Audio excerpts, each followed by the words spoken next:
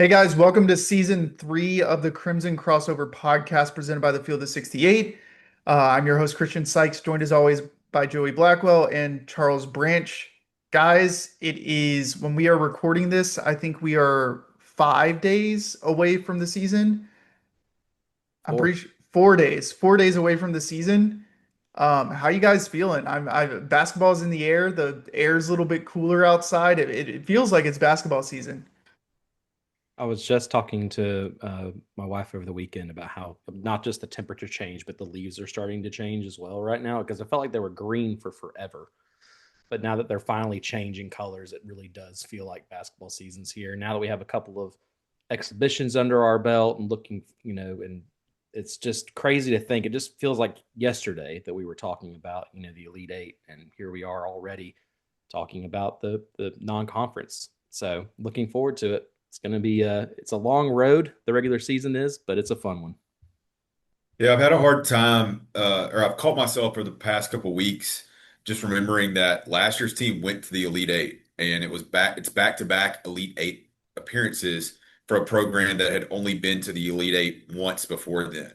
And the expectations of last year maybe sometimes make it feel like you didn't reach where you should have gone last year, and maybe sometimes makes the season feel underwhelming, even though it was a very successful season and continuing to take the program to new heights. But I'm very excited to see this team on the floor Monday night against North Dakota. I'm very excited to see the new pieces and also some of the old pieces like an Aiden Holloway or an Aiden Sherrill, Latrell Wrightsell being back on the floor, seeing how those guys have either improved or coming back from injury. And of course, the return of LeBaron Philon and seeing him hopefully lead this team this year and having us again competing for SEC championships, second weekends in the NCAA tournament, and hopefully another Final Four banner at minimum that we get to hang. I'm not putting those expectations out there, but that's obviously something we'd love to see and hope for as we get the season started this coming week. And You talk about what you just said right there, Chris, Charles, just shows how much our brains have already been kind of recalibrated. Because, a decade ago, I think all three of us would have murdered somebody to for Alabama to go to an Elite Eight, much less back to back. And now we're talking about an Elite Eight potentially being a disappointing end to a season. So how quickly times change, but that just shows how much the program has grown under Oates these past. This is what his sixth season, seventh season already. Do It's it. just it's Do just it. insane. Do it. Oh God, I didn't mean that. That was not even intentional. no. Well, how, you how talk. how how long we've been recording? What, less than 5 minutes, and we've already done I, it. I well, you talk about banners and you talk about last season, and you're right. Like this all season's kind of flown, especially because of I think maybe it's because what we've been doing at Crimson Crossover with all the podcasts and every single week we're recording three, four different shows and all of these things, but you didn't even do a banner ceremony for the Elite Eight, which last year we did a Final Four ceremony. We did tie tip off, which we didn't do this year. But the coaching staff and the athletic department just quietly put up a new banner that has the Elite Eight on it. And if that's not an indication or a symbol of how this program has changed under Nate Oates, then I don't know what is. Because I can guarantee you that before Nate Oates, if we had gotten to an Elite Eight under Avery Johnson, you know, Mark Gottfried or Anthony Anthony Grant. Grant. I don't know why I just blanked on his name. Or Anthony Grant. Like there would be a whole ceremony. The guys would get rings and all of these things. Like it would be this big deal. And for Alabama, just now it seems like status quo. And that doesn't mean that I think that Alabama is going to go back to the Elite Eight this year, but it's encouraging to see where the program is now and to see that Alabama has this expectation, like the players and the coaching staff has this expectation where like it was disappointing for them last year that they didn't get past the Elite Eight. Like that was a failure of a season for the coaching staff. I think for that team and for fans, I don't think that was a failure of a season at all. But I think for the coaching staff, like they don't see that as a successful season until they win the national championship. And I love that the staff has that mentality year in and year out now. So moving forward, after talking about last season, talking about exhibitions, we've had Blake Byler on the show. We've broken down Florida State. We didn't really talk about Furman. I don't think there was really much to talk about in that game. A lot of new pieces, a lot of rotations. Alabama wins pretty handily on that, as expected, right?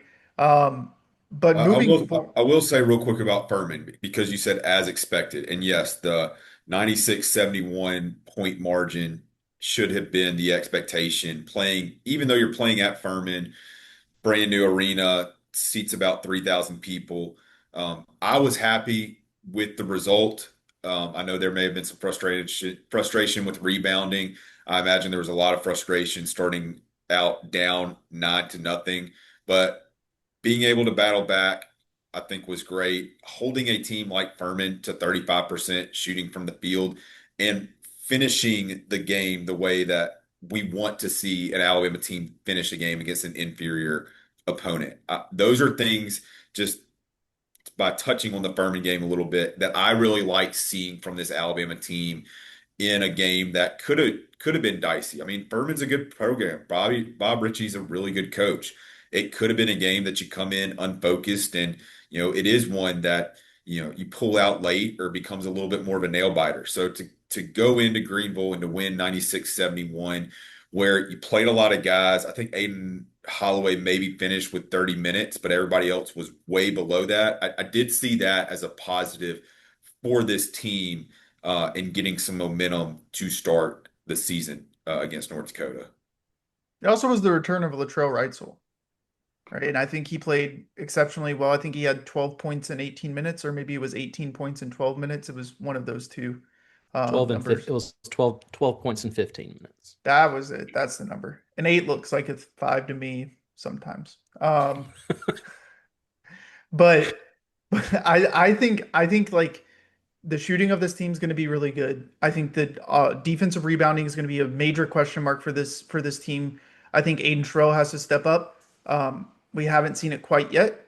I think Noah Williamson's probably still getting a little bit more comfortable within his role. Maybe he plays a better role, a bigger role as far as rebounding is concerned. I also think that Taylor Bowen needs to step up with defensive rebounding. I think at times he's looking to run out and get on the offensive end when we need to make sure we're securing the boards. Keaton Bristow does a pretty good job. And also, like you said, Charles, I think the guards need to rebound. It's the offense will go much faster if the guards have the ball in their hand off the backboard rather than having to pass it forward. Um, so I think we could move on probably to the North Dakota game, the season opener. We're recording this on the 30th because Charles is running the Boston Marathon. We'll talk New more York, about that. New York Marathon. I don't know why I said Boston. The one of New those York Northeast Marathon. cities. Yeah. They're all the Um, same. which we'll talk about kind of who he's running for and charity that he's running for after we kind of towards the end of this podcast. But Charles, you had a chance to I guess we get to tease this or say what we're doing now. Sit down with North Dakota affiliated either media or personality. Talk about what we have coming up this season as you preview North Dakota. Yeah, so felt like there was an opportunity for us at Crimson Crossover to reach out to other media personalities, sports writers, podcasters, fans, maybe even some people in the administration at some point for other schools that we're going to play and get a little bit of a deeper dive into what we should expect from the game from their point of view. So I was very fortunate to be joined by former Minnesota Southwest Minnesota State University coach Greg Stemmen, which is a Division II program. He left or resigned there back in 2008, 2009, left as the winningest coach in their program's history, and his assistant became his successor, and now that gentleman is the winningest coach in program history. So he did a great job there. The reason why reaching out to him is he had a Summit League basketball podcast, but he's also a current House of Representative for the state of North Dakota.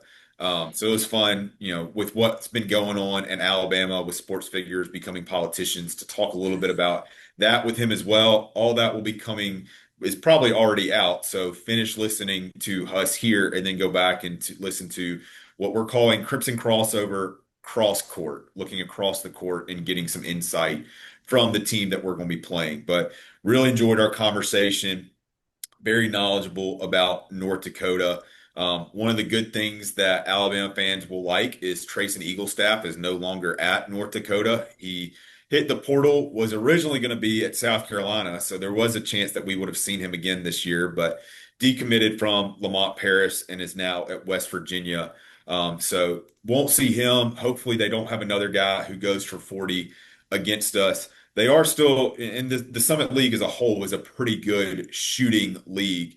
Two guys that we talked about, Eli King and Zach Kraft. Zach Kraft is actually from the state of North Dakota, just like Eagle Staff was, but two guys that their team will be heavily leaning on as far as guys who played against Alabama last year and bring some experience. But North Dakota is a younger team, so they expect to kind of take some lumps along the way as they get ready for the Summit Conference. They are picked lower in the Summit Conference as far as their projected standing, but as we saw last year, they played us tough. I think a lot of that had to do, of course, with us going there and some of the crowd support that they got. But they did play Minnesota too in an exhibition game this past week. Minnesota won 82-62. They turned Minnesota over 20 times, which included 12 steals. So one of the things that we continue to harp on about Alabama basketball is sometimes our turnovers and being able to take care of the ball. I think our guard play should be better than Minnesota's guard play, but obviously need to be careful with their craftiness. Talking about Eli King, he had five of those steals in their game against Minnesota. Um, but it's a game that, if we come out and play Alabama basketball, play to the standard of what this team should be, this should be a game that you win comfortably by double digits, in my opinion.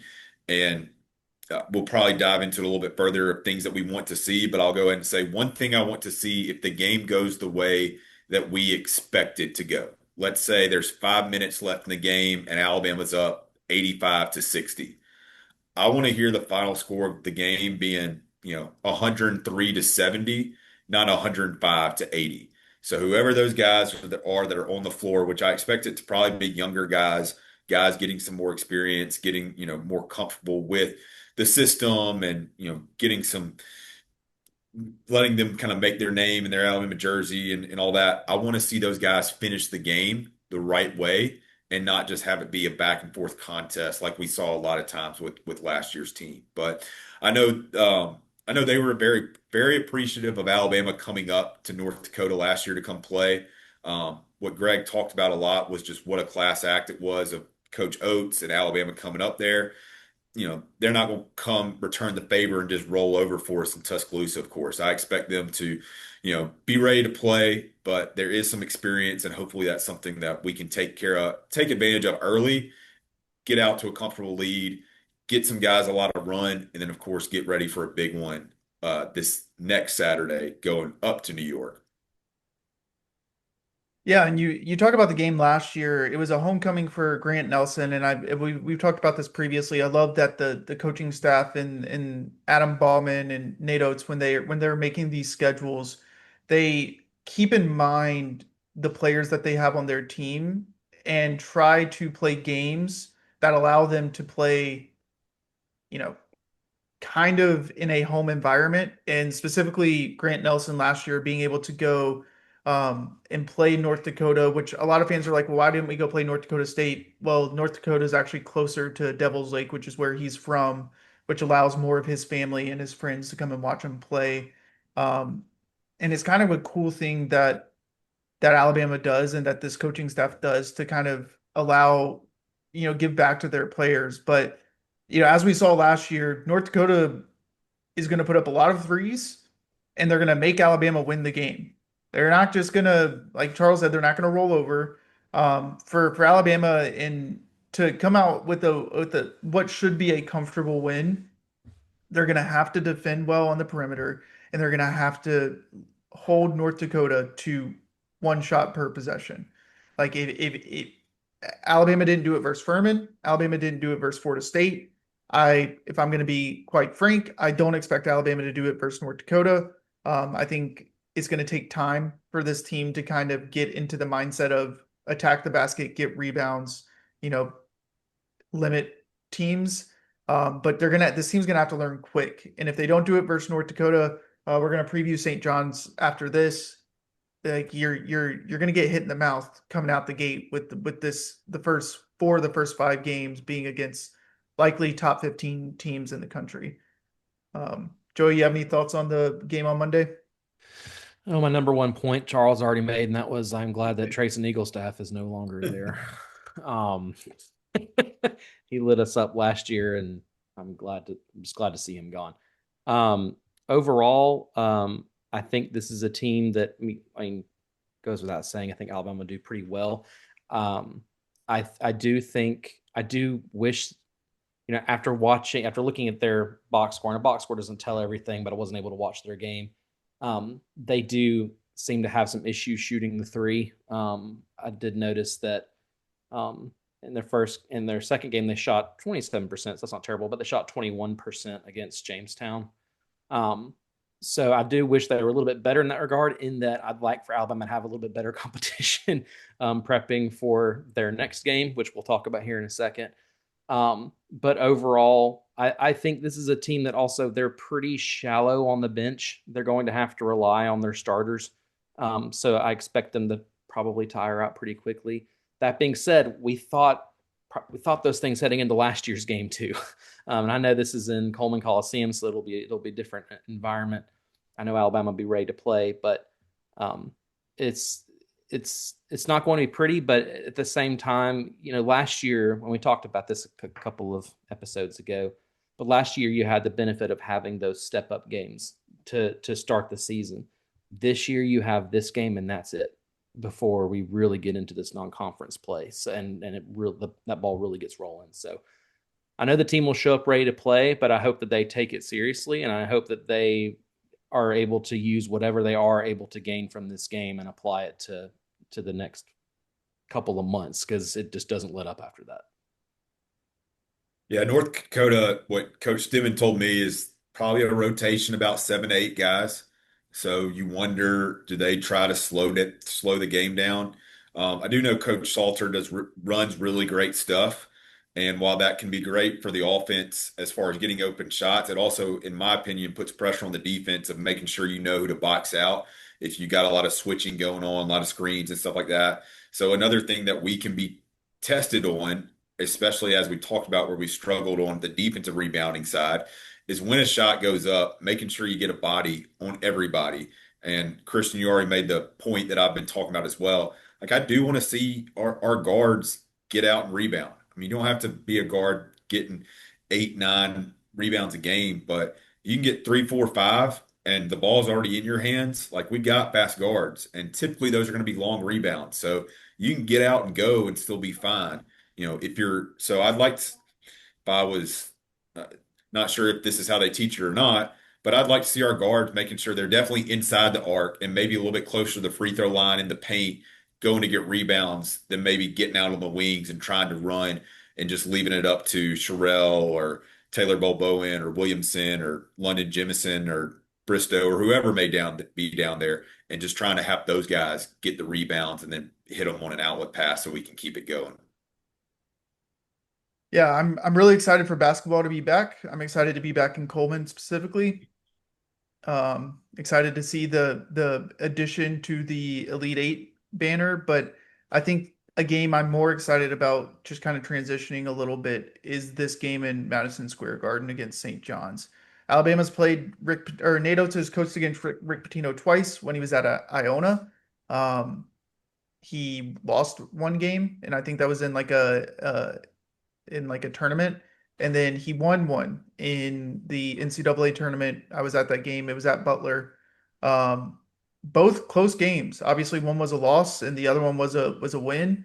But both were close games. Rick Pitino is a Hall of Fame head coach, national championship head coach, and last season the St. John's went 31-5. I think they were they like a 2 seed, 3 seed in the NCAA tournament? Um, Two they seed had that the lost to Arkansas. Yeah, and they had the second best defense in the country. Their offense wasn't very good, 68th, but I kind of expect similar things this year. It's hard to talk about this St. John's team because I believe they brought in like 12 new guys, so it's gonna be a hard scout for Nate Oates and for the coaching staff, but um, it's Rick Pitino on the other side of the court. It's not like it's a random head coach. I mean, you know what you're getting with him, and to play in the, I guess, what people call the mecca of basketball, which is Madison Square Garden, it's kind of a cool thing for the guys on the roster, and um, it's really exciting to see. You you talk about guys leaving and scheduling games for guys. This would have been a homecoming game for Mohamed Diabate had he not left, right? And he would have been a senior. I wonder if maybe obviously probably not, but I wonder if there was some forethought in that when they were doing the conversations at Madison Square Garden. Obviously that doesn't happen, but just really cool game to open up your season, not open up your season, but in that first week of the season to be able to play. It's also the same weekend as the LSU football game. So, what are your guys' thoughts um, on the St. John's game? I think it's obviously a great test. I mean, it kicks off the gauntlet of what this stretch will be for Alabama basketball. Um, as you mentioned, St. John's very good on the defensive side, expected to be very good on the defensive side.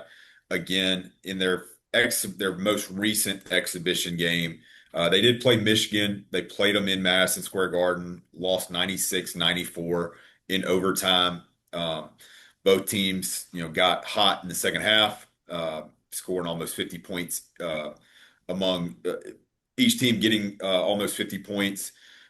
St. John's did continue to struggle shooting the ball from three. They only made four threes. They were four of, I think, 23 from the 3-point line. Let me check it. Yeah, four of 23 from the 3-point line. Two of those makes came in overtime.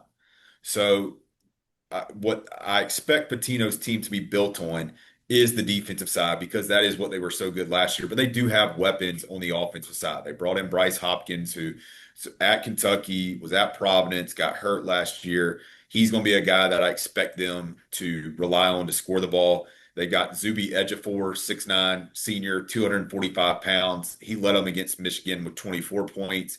He's a guy that is going to test our big guys early. So it's a very early test for Aiden Sherrill, seeing what step he's made from freshman to sophomore year. Obviously, having a guy like Noah Williamson that can body him up could be a benefit in a game like this. It's an 11 o'clock tip, and I think that's Central Time, so noon Eastern Time. I'll be interested when I talk to our next guest for cross court, just how they perceive this game because St. John's has a very uh, packed schedule as well with top talent similar to us. But just a Saturday in New York, do they expect the Garden to be sold out? Do they expect it to have a lot of energy with Alabama coming up to New York and playing St. John's, or is this kind of we're easing into the season. We've still got, we got the Knicks and we've got NFL football and we've got all these other things that we can do. So I'm interested to talk to our guests next week about that. But this St. John's is a very good team. They're going to be a team that competes for the Big East championship with Connecticut.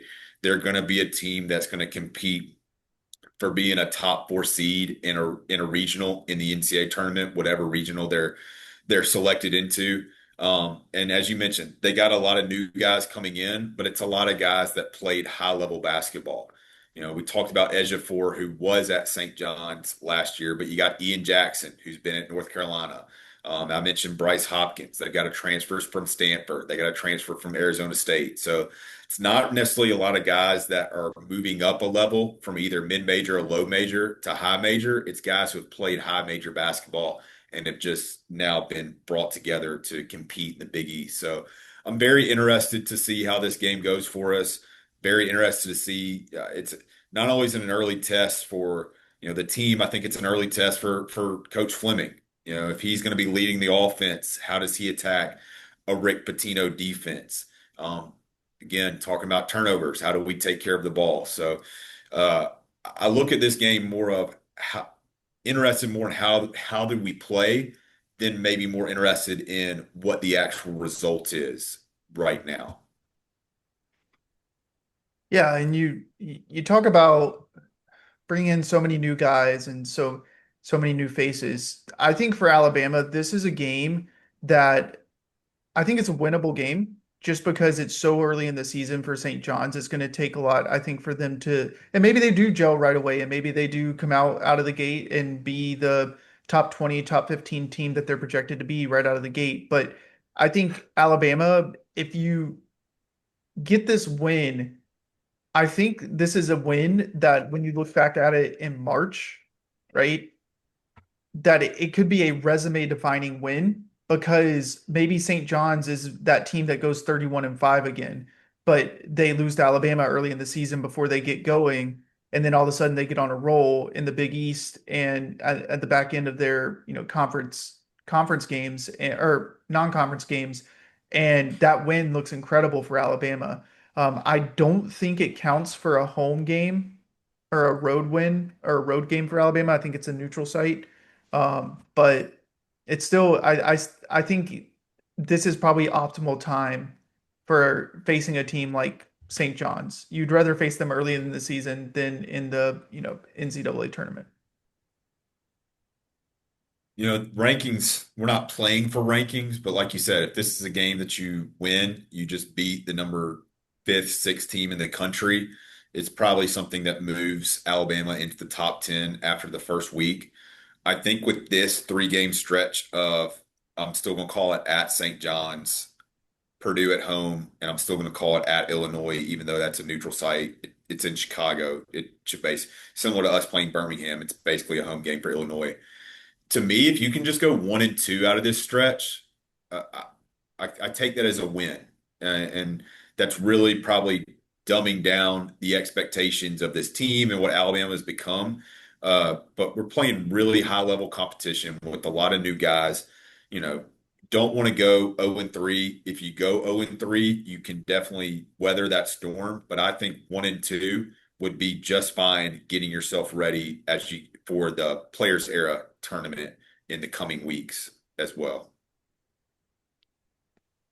Yeah, we'll talk. We can kind of shift into our non-conference projections. We've talked about how difficult this stretch is going to be for Alabama. You played North Dakota, St. John's, Purdue, Illinois. Um, is it Arizona, Gonzaga, or do we not play Arizona until December? So it's as you mentioned, North Dakota, St. John's, Purdue, Illinois. We've got the Players Era with Gonzaga and UNLV, and we're not sure yet who the third game will be, but that will be against another really good opponent. Then you come home for Clemson, Texas San Antonio, Birmingham for Arizona, and then you finish the non-conference slate with 3 home games against South Florida, Kennesaw State, and Yale. Yeah, for Alabama, I think you're. Do we want to get into what we predict? I think that this schedule is probably one of the more difficult ones that Alabama has had. December, I think, is pretty easy. I could see Alabama winning almost every single game in December. The Arizona game is going to give you some trouble, but I would expect Alabama to be, pretty well sound and focused going into SEC play. You also get Jaleel Bethea most likely back in December. Um, if I were a betting man, I predict Alabama goes 9-4 in non-conference. That's similar to me. I'll be a little bit more pessimistic. I was going to go 8-5. That's what I'd I pro was.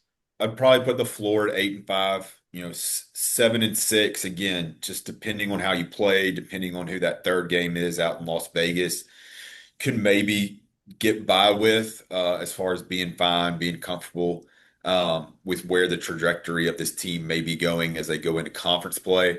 But I think 8-5, 9-4 are very realistic, and I think you set yourself up well going into conference play and still trying to earn a high seed in the NCAA tournament with that resume because that resume will have multiple top 25 wins on it from the non-conference and then hopefully stacked with some other top 25 wins in conference play and a solid conference record way above 500, hopefully.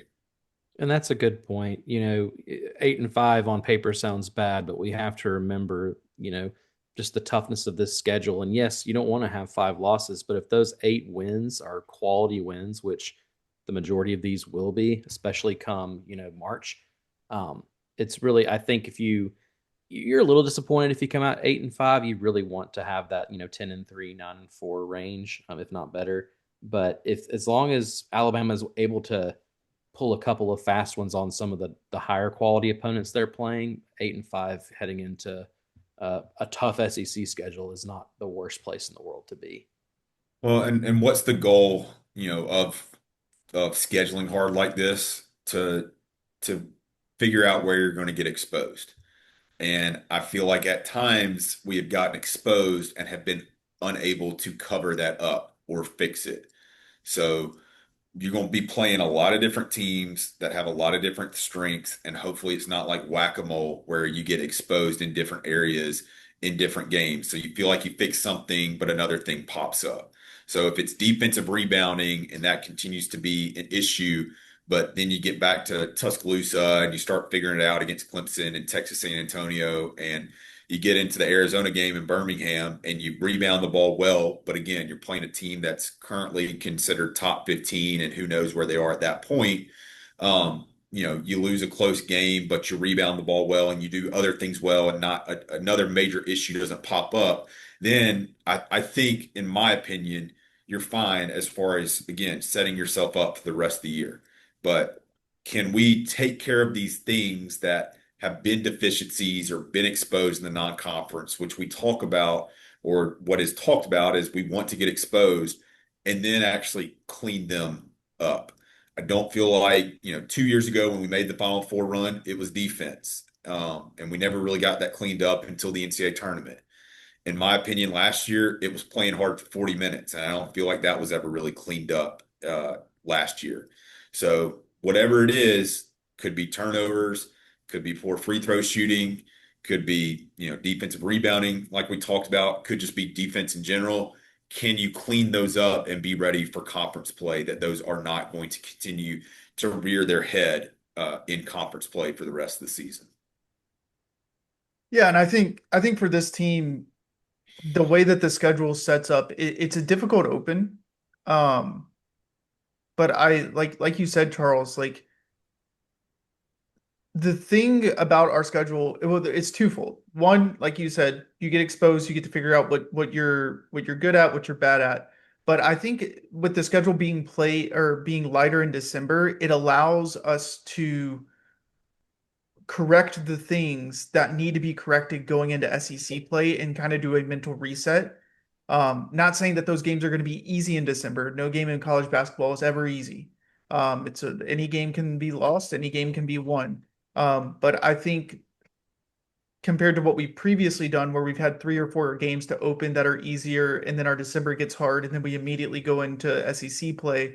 Like the team can get worn down pretty quickly, and I think that having that kind of more relaxed December um, is going to be a good mental reset for the team. And then additionally, when you go into bracketology and building out an NCAA tournament field, playing these games almost guarantees that you will not face the teams that you played in the first 2 rounds of the NCAA tournament. Um, there are some exceptions, but generally speaking, the standard process is if you've played a team in the regular season, you're not going to play them in the first 2 rounds of the NCAA tournament.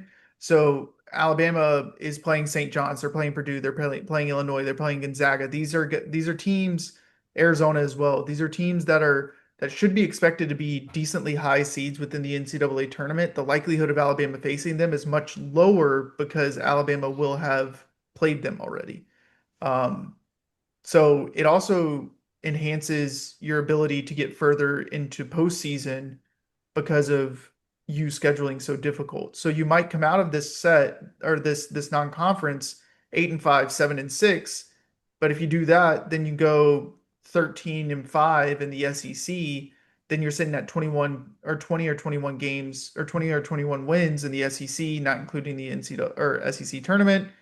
Probably a 5-4 seed in the NCAA tournament. You're not facing these teams. So I really like how the schedule is set up. It's also very fun to get out the gate and play some tough games. Um, I think it would be great from this schedule to not have to run into a point where you, me, Joe, whoever it is, that we're not sitting here like, hey, this is a must-win game for the season. And the schedule set up where like if things don't click the right way, it could happen. I don't think it will, but being able to navigate where the non-conference, you don't ever really feel like, hey, this is a must-win game against a really good opponent. I mean, games like Kennesaw State and Texas San Antonio and Yale and North Dakota I think are must-win games because you are so much better than that team before the ball gets tipped off. But not running into a situation where you're playing Arizona and like you got to have this game to save the season, even though you got the rest of the conference schedule. It's just the mentality and the just the mental emotional state of the team that you don't have to win that just to be able to go play a good conference slate the rest of the way. yeah, absolutely. And I do wish that our ACC game was a little bit better, but I also am glad that it's not, um, solely because like it's already so difficult.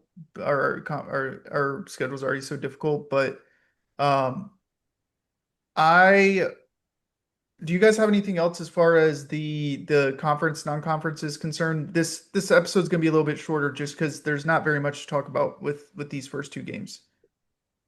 No, I think when we get back with everybody, probably the following week, we'll have a really good picture of this Alabama team. Not that it's a complete picture, but we will definitely learn a lot more as far as rotation and we'll obviously learn a lot from that early test against St. John's on that Saturday. So before we get into what our schedule will look like for the season and for next week, Charles, I want to give you a chance to talk about the charity you're running for or the organization that you're running for in the New York City Marathon, not the Boston Marathon. Yeah, so around the time last season ended is when the Bell Center here in Birmingham selected me uh, as one of 11 runners to run on their behalf in the New York City Marathon, which will be this Sunday, November 2nd. So I've been training all summer and this fall. Uh, when I Hopefully, when I complete the marathon, hopefully this is not a tribute video that comes out on Monday, that I will be back the rest of the season. Um, but when I complete the marathon, I can proudly say that I will have run 1,000 miles this year, which is something that I never thought I'd ever do in my lifetime.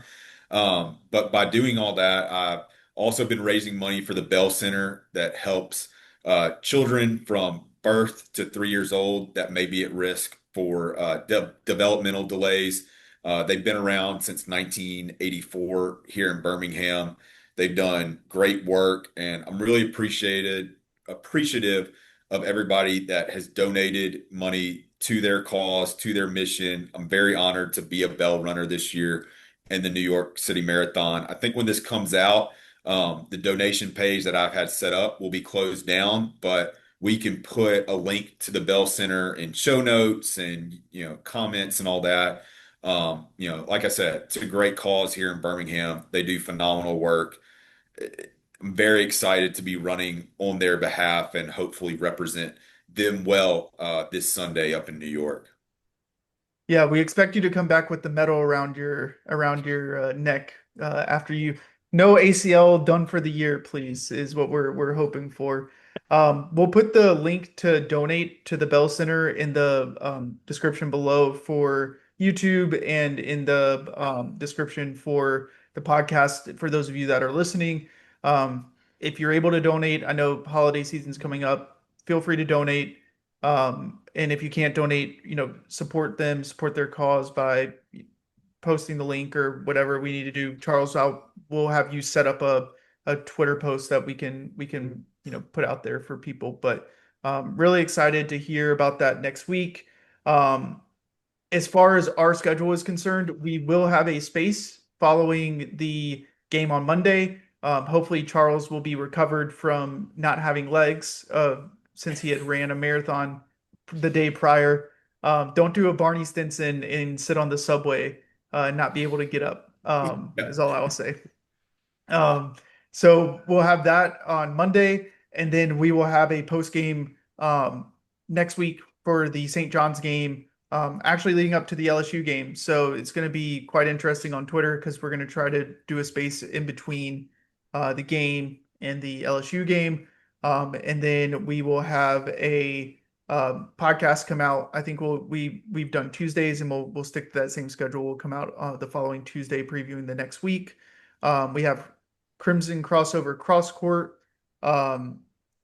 alliteration from hell, but we have that coming out. I think you have that set for Monday, Sunday, Sunday. Way to get people, a day in advance to listen if they want to, um, uh, prior to when we play North Dakota, of course. Yeah, we'll have that on coming out on Sunday, and then we have another one for St. John's coming out probably on Friday. Friday. Yeah, we'll set it Um, up for Friday. And then our Tide Hoops history page just announced that they're doing another podcast with Emily Sarr and Michael Southern, and that'll be called. That's what Blue Collar is. It just called Blue Collar Podcasts. That'll be a weekly thing coming out. I think on Fridays is what they told me. So you'll have four or technically six. You'll have the Crimson Crossover podcast. You'll have the Crimson Crossover Cross Court. You'll have the Blue Collar podcast, and you'll have our Twitter Spaces all season. And hopefully that's enough content throughout the entire week that everyone can listen to basketball, get on board for that. But super excited about those things, and we might be doing some stuff in the future when Michael Harper comes on with some film stuff. So stay tuned for that. Other than that, super excited for basketball season to be back. I'm excited to be back talking to you guys on a weekly basis. Not that we're not talking on a weekly basis, but video format talking on a weekly basis about Alabama basketball. And hopefully by the time April rolls around, we're hanging some more banners. Other than that, I think we're good to sign off, and we will talk again soon. Roll Tide. Roll Tide. Roll Tide.